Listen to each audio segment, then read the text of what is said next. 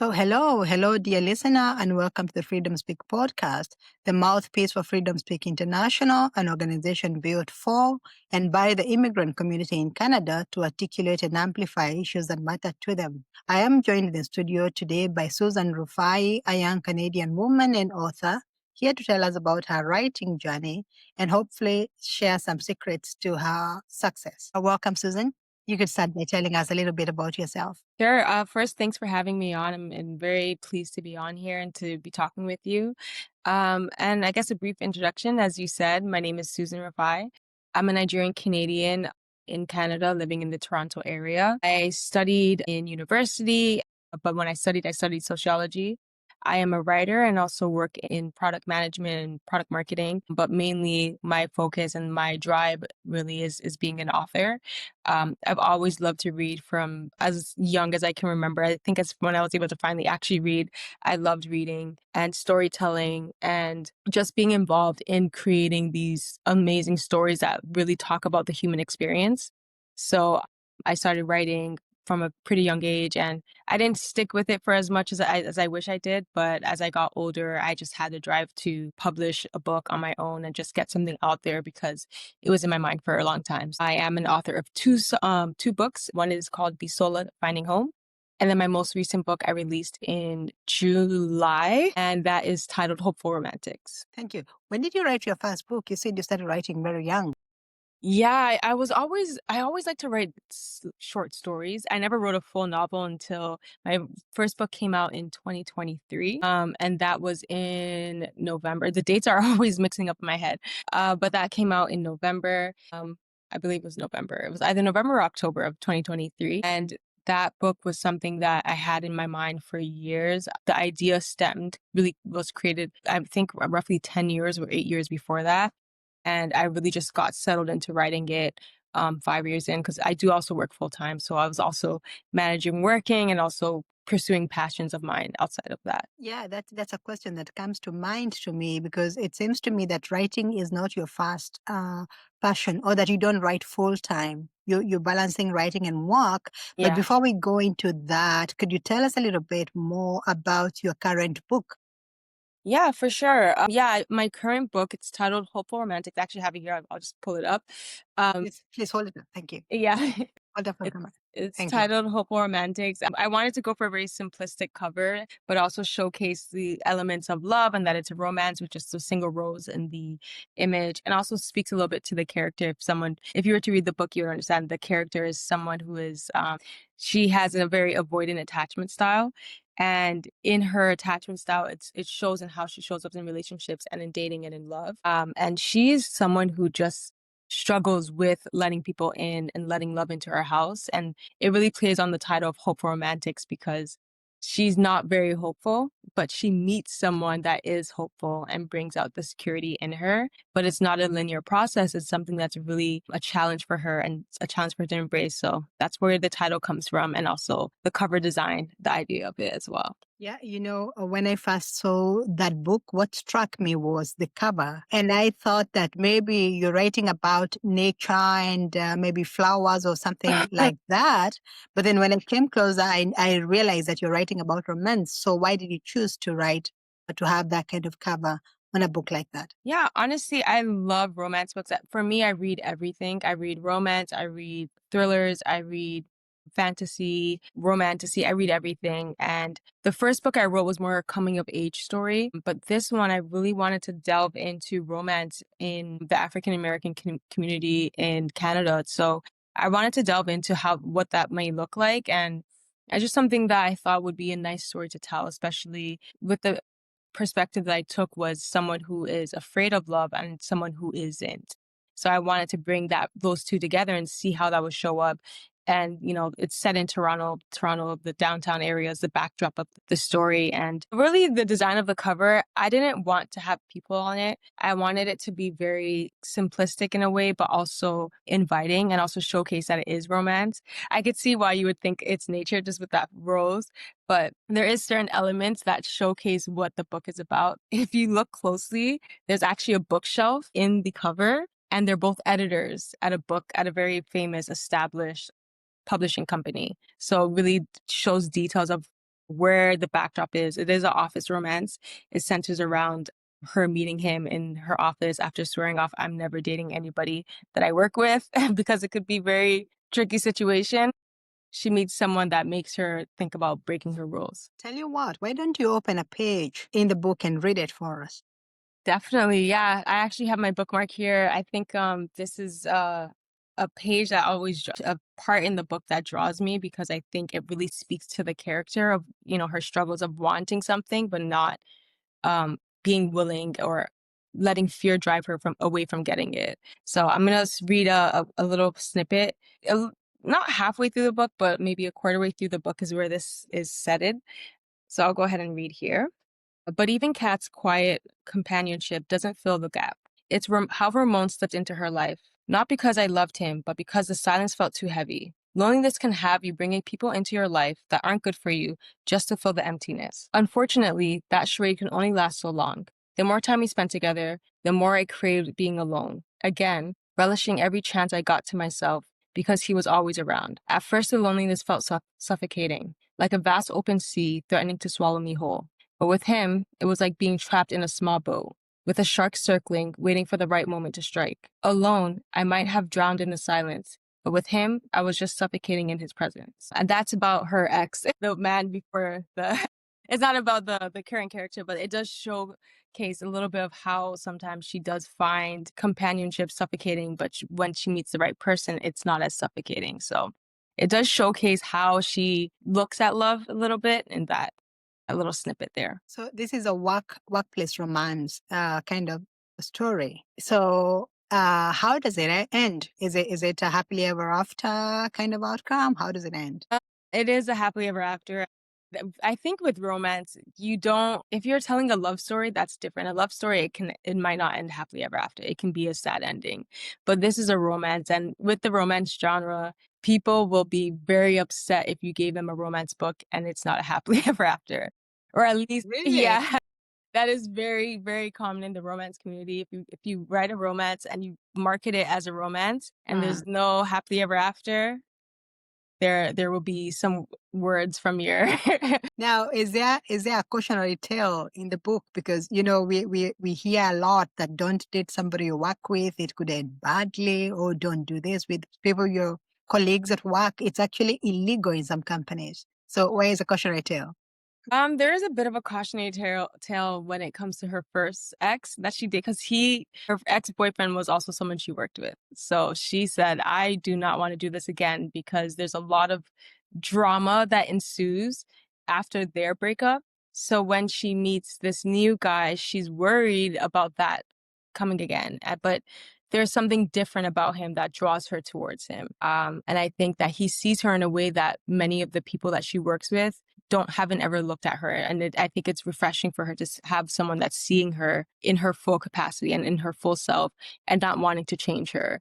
And I think there's also a cautionary tale in the book, and something I like to write about in my stories is a vulnerability and how your vulnerability is your strength. And in her eyes, she doesn't see it as strength. She sees it as weakness. And there's things that happen in her life that made her feel that way. And you will see that as you read the book. So her experiences have really shaped her to be a little bit pessimistic and negative when it comes to embracing love in any type of way. And she meets someone that just helps her in their journey of overcoming that fear. So I think a lot of the lessons in is not letting fear drive you and also letting your vulnerability be your truth. Good to know. Without spilling all the beans, what is it that would make anyone, any woman, any young person, want to pick up a copy of your book? I think why someone may be drawn to my book is the idea of, I think something like I mentioned before, that idea of vulnerability being your truth and that being expressed in this book. And it does also showcase female friendship. And I think that is such an important thing in our lives for even in general, just platonic friendships. It helps shape us and it helps us be a little bit more open to certain people that sometimes you're not in other scenarios with family or even significant others. So there's a lot of things that is tied together. It's not just a book about romance. It's about life. It's about work politics. It's about friendships that you build and being there for your friends and what that means. So I think what might draw someone to the book is seeing a story about someone's everyday life that you can also relate to. I hear you. I hear you. Now, I want to ask you the other question that you might find maybe a little bit difficult to address. Who is this book speaking to? And is this couple that you're talking about biracial? Is it interracial? Is it a Black couple? What is it? Yeah, so they're a Black couple. She is Nigerian Canadian. Both her parents are Nigerian. Both her mother is an immigrant from Nigeria. In the book, it's mentioned early on that her father had passed when she was a baby. So it does touch on the fact that she was being raised by a single mom. And then with his case, he was raised with two parents, and he's from New York. He transitions into the Canadian office. So he isn't someone that is naturally from Canada, but he does transition over. And he touches, I don't want to spoil too much, but it does touch on a little bit of his own struggles in life and what he's been through. And you see them come together with experiences that really bring them closer to one another. And I think in terms of who it's for, I think it's for anyone who loves a romance that can, give them the feels of, falling in love and also understanding that fear that may pull you away from it. Is it age specific? I wouldn't, it's not really age specific, but I would say 17 and up or 16 and up. I wouldn't give it to a 10-year-old. There's themes in it that I would want someone to get to read at a much later age. Right. So I wouldn't give it to someone who's 10, for example, but I think 16, 17 and up. It does also, I think they're both in their 30s, late 20s or early 30s. So I think it's more for that demographic because it will help them understand and really put them into that place of, oh, I understand this lifestyle and day-to-day experience. All right. Good to know. Thank you so much for being so candid about this book. So tell me a little bit more about your other book. You have written 2 books. Yes. How many years apart? So this one was released in 2023, and this one here was released in 2025, so 2 years apart. This book is actually based on a series, so I am writing the second one for this book. It follows her friend in the story and her journey in love and relationships and dating. So it is a 3-part series that I'm writing for this one. And then this Bisola Finding Home is a standalone. So this novel is really, it's like I mentioned, it's a coming of age story about a young girl who leaves home at the age of 16. She returns back 10 years later. She left due to issues that she had in her past with her family, with her mother. They had a very strenuous relationship. And then there's just also trauma that she had gone through in her life that made her want to escape rather than address whatever was really consuming her. But she has to return 10 years later after a tragic passing. And when she returns, she realizes that she left a lot of people behind. She hurt a lot of people in her wake of leaving. And she has to reconcile with why she left and the people that she left behind as well. So this story really, this story is really, there is romance element to this book as well. There's more of a second chance romance. She leaves someone that she was close with and they had a friendship, but it was also, there was romantic feelings between them, but she leaves him when she runs away back to live with her father. Thank you. Would you mind jumping into a page and reading it for us? Oh, yeah, sure. I don't think I had one prepared for this one, but I can get one up and ready. Okay. All right. So let me get this one. Okay. I've heard this story countless times. My dad always tries to bridge the gap between my mom and me. He wants me to understand where she's coming from and why she's the way she is. Growing up, she has always been the enforcer, the strict parent, who always says no, while my dad took a much softer approach. We also had good moments, but her unwavering discipline made it hard for me to confide in her. I was always afraid of how she would react and what she would say. So as time went on, I stopped coming to her. I never understood how her and my dad worked. They were complete opposites. And in this little snippet, it just shows the relationship that she has with her mother, a little bit of why she has a strenuous relationship and why she leans more to her dad, who gives a much softer hand. And it's something that she needs, whereas her mother has a much stricter hand, which is something that she wants to avoid. A lot of the main point of this book is that she tends to run away from conflict and from her problems. And you see that reoccurring with her as the story goes on, but she needs to address them head on. And this really centers around. Thank you. Thank you very much. So how is that book doing? This one I was doing really great. So far, I haven't been focusing my marketing on this one as much. Mhm. So I've been doing a lot more for my second book. When this one came out, I actually went to Nigeria to also promote it. I was able to have it in bookstores there and it actually sold out. So I was very happy with the success of this book and the people who reached out to me, letting me know that they loved the story, loved the romance, loved the narrative. Even though they had a tough time with the main character because she was very avoidant in terms of her problems, but she also came out in the end with a pretty, I think, a great close to the story. Right. So, what would you say? What is your writing style? I hear you speaking time and again about avoidance. Is there something there? I think that with both of these stories, I think one thing about being like a Nigerian Canadian, one thing I noticed growing up in this community is a lot of times we tend to just suppress our emotions and instead of letting them come out.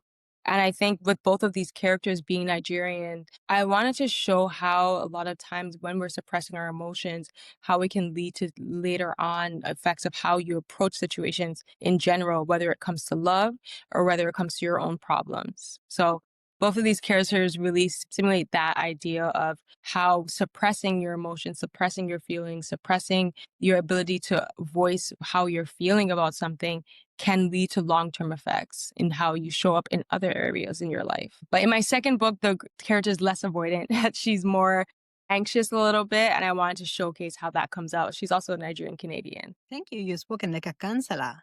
And may I ask what it is that you do other than writing? I actually work in business. I don't do counseling. I have always liked the idea of it, Uh-huh. but not that I counsel my friends, but like I stick my opinions and help in that side to my friends if they need it. But yeah, I work in product marketing at this moment, project management as well. So a lot of my work is in tech in that environment, but I do I do love to dabble in everything that's available. And when I was younger, I wanted to be a therapist and I wanted to be a social worker and I want to be a writer. So I think in life it's hard to just choose one lane. Sometimes you may have different lanes that come up in life and right now I'm pursuing this author lane which has been amazing so far. Right. All right. Thank you so much. So let's talk about balancing. Where do you find the time to write and hold down a full-time job? I'm still figuring that out. It's very hard because when you work a job that is a little bit demanding at times, it's hard to also hold yourself accountable to say, I also have to write after this. So it is something that's very challenging. I think one of the things that I do for myself to hold myself accountable and to make sure that I am constantly working on the craft and my passion is to set aside at least an hour of a day where I tell myself, this is dedicated to writing, or this is dedicated to my storytelling, or right now I'm finalizing the draft, the outline of my third book, and I'm making sure that every day I'm putting time into it, even if it's 30 minutes. Typically, I at least like to do an hour because that's when you can get a lot more done. But even if it's 30 minutes, even if it's 10 minutes, I just want to make sure I am working on it every day. So that way I'm not losing sight of where I want to be at the end. When it came to my first two books, I didn't even know when the ending was going to come. It was something that was it was a struggle to do just because when you're working, it's you're holding yourself accountable to two things, two of your passions, two of the big projects in your life. So I think it's mainly making sure that you're giving yourself and dedicating time to it. I Yeah. see. So I hear you talking about self-discipline. And how does that work, by the way? Is that because I find that I am a writer too, and I really, really struggle with the discipline of just saying, okay, I'm going to wake up and I'm going to write an hour every day. So how does it work for you? Or how long has it even taken you to master this? It's hard because as much as I say, like, I'm giving myself that discipline of making sure to do an hour a day, there are days where I'm simply just unable to do it. So I think one thing I try to do is if I miss a day, for example, I need to give myself at least a little bit more time that next day towards it because I know I made a skip and I know I made a miss in that cycle that I'm trying and that habit that I'm trying to form. I think a lot of it comes from within because sometimes when it's your passion and when it's something that you enjoy doing as well, and not even just that you enjoy doing it, it's something that you want to get out there. the passion is what really helps motivate you. And I think that's where it came from me. It's even with my second book, I wanted to release this within a year after my first one, but it took me 2 years because life happens. So many things come together where you're not able to just give yourself that full dedication to your book. Sometimes maybe there's days where you're not feeling well, or maybe there's things in your life and life happening to you on a daily basis where you're just not able to dedicate the time. I think it's something that we need to give ourselves grace for. And that's what I did. But I also have to give myself that idea that this is what you want to do and this is a passion you want to pursue. So you Mhm. have to make sure that you're doing the steps to make you reach that end goal. With this book, I gave myself a date. I said I'm going to publish this in the summer of 2025.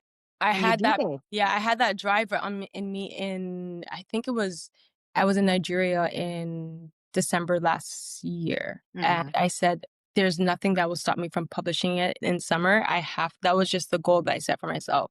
And then once I was done all the creating the cover and everything, I then set another goal for myself where I said, you are publishing this and releasing this on all platforms on July 11th. And I set that goal for myself. And I think it's just making sure you're giving yourself dates, because when you give yourself those dates and those deadlines, Mhm. yes, it's only yourself that you have to hold accountable, but when you fail yourself, sometimes you feel it in how you show up in other areas.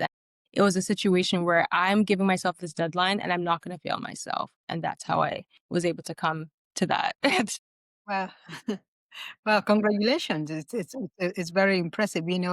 I read somewhere that choose something you love to do and you'll never have to work a day in your life. So, Exactly. Yeah.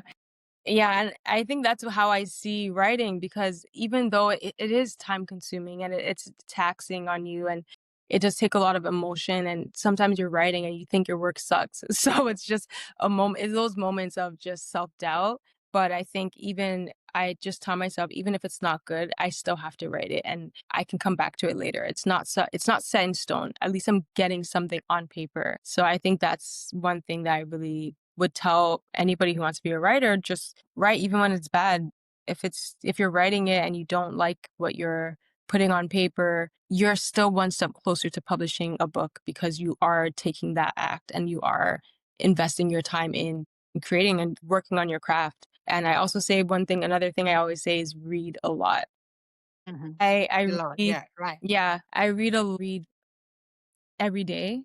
Mhm. And I think that really helps me with my craft, because without reading and also learning from people who inspire you to write in the first place, you're not going to create anything that also might inspire somebody else. So in my mind, I think reading is a huge part of becoming a good writer. And that's my goal in the end. Even from looking at my first book to my second book, I can see myself growing as an author. I hear you. Now, let's talk about this issue about self-publishing. Mm. Yeah, we know it is not easy. We know that it has its unique challenges, but you seem to have mastered it. So tell us about it. How are you going about self-publishing?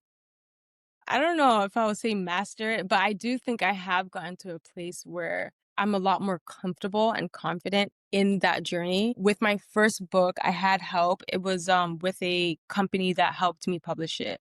But in the second book, now that I knew the steps that needed to be taken and I did a lot more research on my own, I said, I'm going to self-publish and just do it completely on my own. I still have learned so much even from this book. There's still things that I would change and things that I know better in terms of publishing for the future. And I like the idea of helping those who are interested in writing meet that goal, because I know how hard it is to to self-publish and write a book and release it all on your own.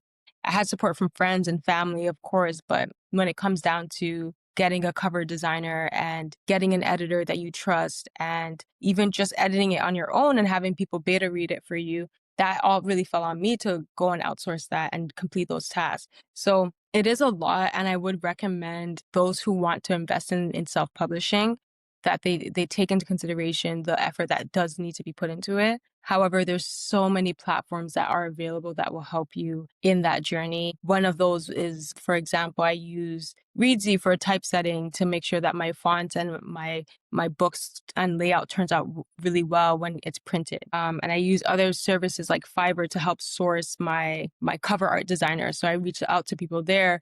So I use a lot of different platforms, and I think that sometimes with self-publishing, you think it's all on your own and you don't have anything available for you to help support you in the journey.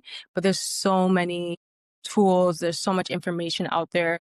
It takes a lot of research and it takes a lot of investment in researching that and finding out what's available. But I think it's worth it. Yeah, I use both Ingram and I use Amazon for my publishing, but I hope in the future I will get to that point where I have a publisher that can help with that other work that's quite tedious and quite time consuming. But that's a future goal. Right now, I am really focused on self-publishing and building myself as a. Now, if I may ask, what does it cost to get a book off the ground when you're the publisher yourself? It really depends. I mentioned that there's certain free services that are out there. So, for example, I use Readsy for my typesetting. However, you can also use an app called Fiverr where you can get freelancers that will typeset for you, so you can pay for it. So it depends on what you're willing to invest. There are people who can do cover designs for you for pretty expensive cost, but you might get an amazing cover that you love, or you will have to invest with someone that's a little bit cheaper, but it might not be your full idea of what you wanted the book cover to look like. So it really depends on what you are willing to put into it. I do think it's a bit of an investment. I would say minimum to invest in getting a designer for cover art and for developmental editing and editing. I would say it really depends. It could be anywhere between 1,000 to 1,500 to 2,000 for those two things. And then there's still more other things that come out of it as well. So it depends on what you're willing to put. I know people who design their own covers. So if you don't want to pay anyone to design your cover, you can just learn the software and do it yourself.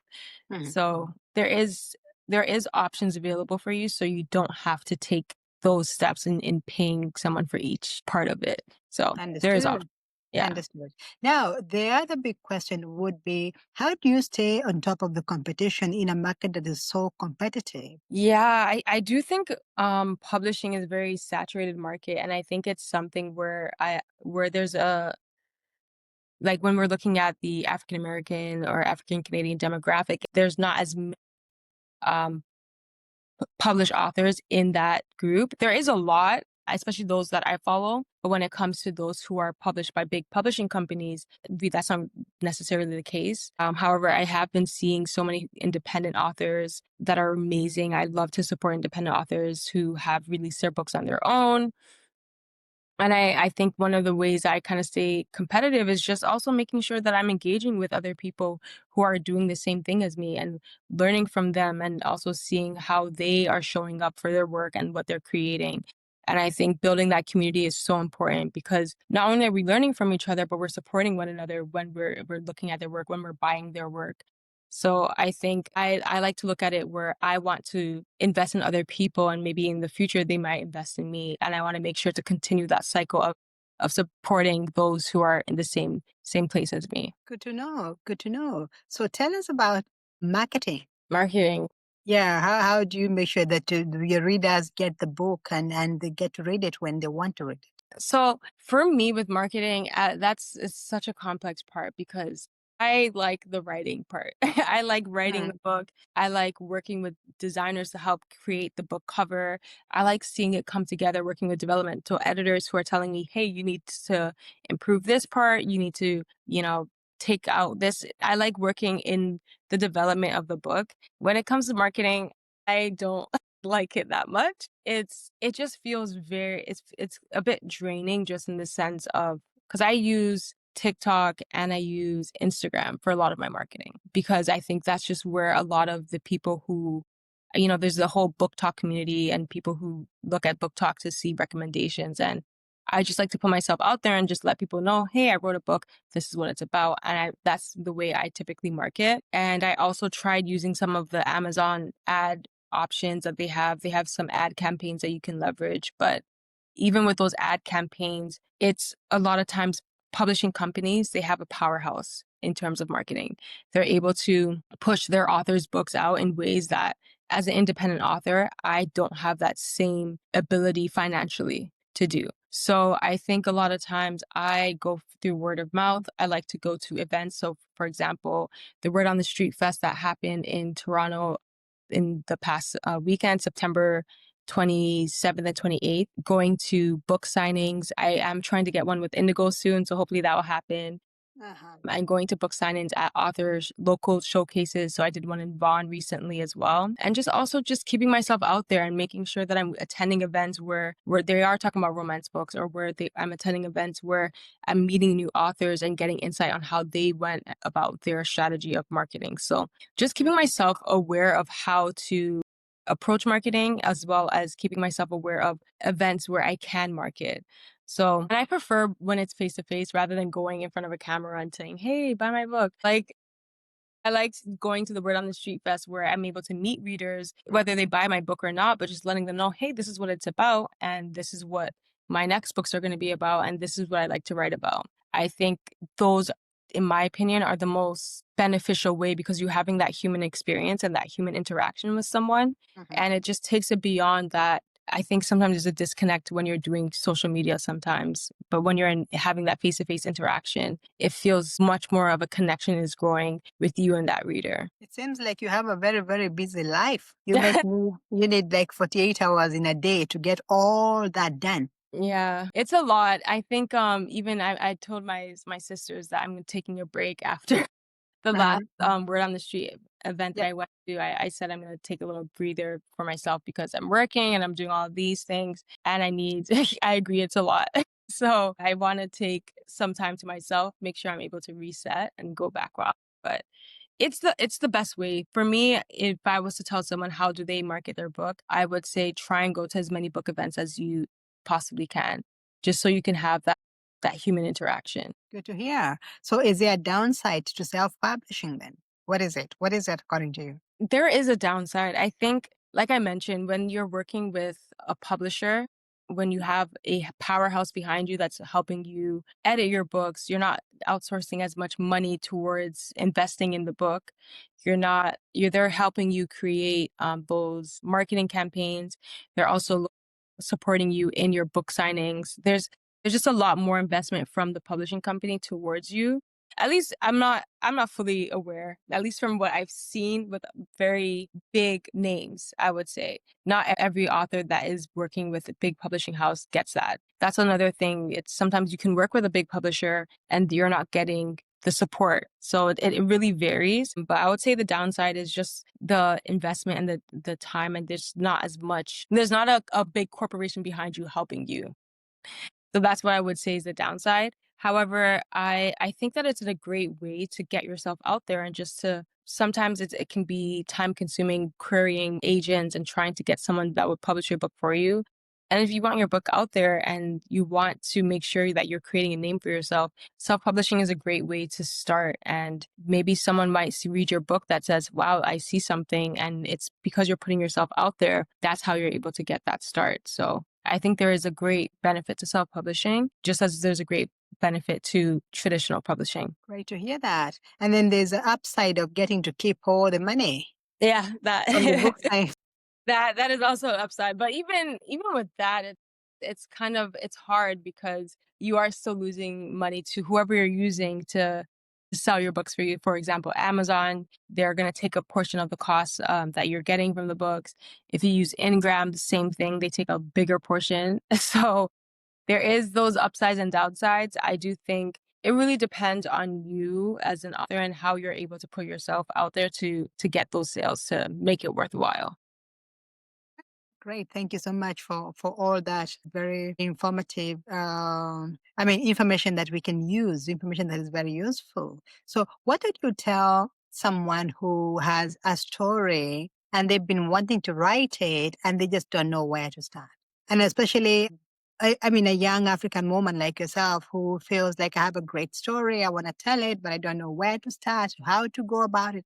That's a great question. I think that's something that I needed to tell myself when I was younger, and I took a lot of time writing this one, my first one. I think one thing I would tell them, I think one advice that helped me even start and even create my first book, I think you need to take a step back. And sometimes writing a novel it's just this huge effort. And it can seem like this huge task that you have to complete. And sometimes you're giving deadlines to yourself and you're just writing, and sometimes you don't know where your story's going. I know some authors don't follow this path, but one thing that helped me when I first started writing was creating an outline. I knew the story I wanted to tell. I knew how I wanted to write it.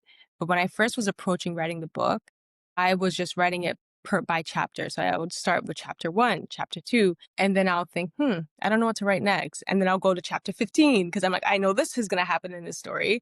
I don't Uh, know when, but I'll just jump chapters because I know what I wanted to incorporate in the story. I just didn't know the structure of how it was going to be. And one thing that really helped me was creating an outline so that way I was able to better prepare myself when approaching writing each chapter. So that outline of telling the story, of knowing where it's going to start and where it's going to end, helped me navigate completing the entire story and write the entire story. So I think that's a great way to approach it. I know some people don't use outlines and they just write, and honestly, all the power to them. That's amazing. For me right now, I follow that outline method, and it really helps me make sure that I'm creating something that is very cohesive and aligned with the story that I'm trying to tell. And also the outline changes. In my first book, the outline changed many times. In my second book, I moved things around. So it's not something you have to stick to, but it gets you that first step of writing the book. wow, good to know. Good to know. So when can we expect a sequel to the romance novel? It's in progress. I want to give myself until next summer to publish the second one. However, I need to give myself that time to really flesh it out, and I don't want to rush it. I think with my first book, after I wrote that, I was like, I'm gonna get my next book out in a year. And I told myself I'm going to do it in a year, and it took me 2 years. So that might be the case for the sequel of Hopeful Romantics. It might take me 1 year or it might take 2. I have started it.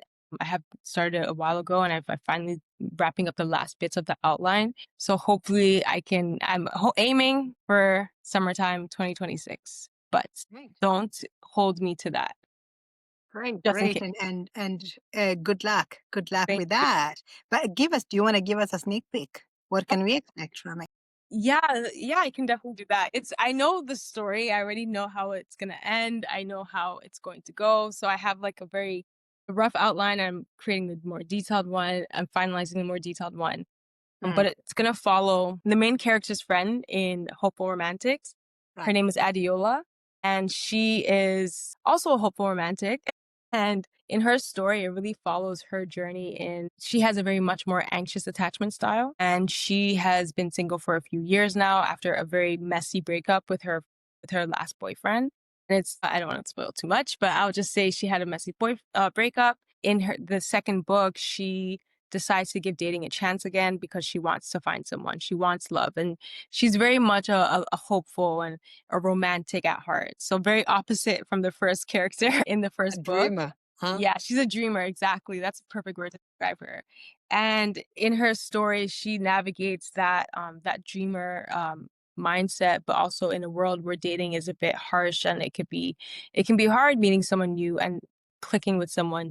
Her story really centers around her path and her also navigating her anxious attachment style that sometimes causes her to invest way too much into a relationship that doesn't really meet her needs as well. Thank you. So Thank you that's what the second. so very much. We Thank you. wish you all the best as you write the next book. And do come tell us when the book is ready for review or when the book is launching. I'll be there, I can assure you.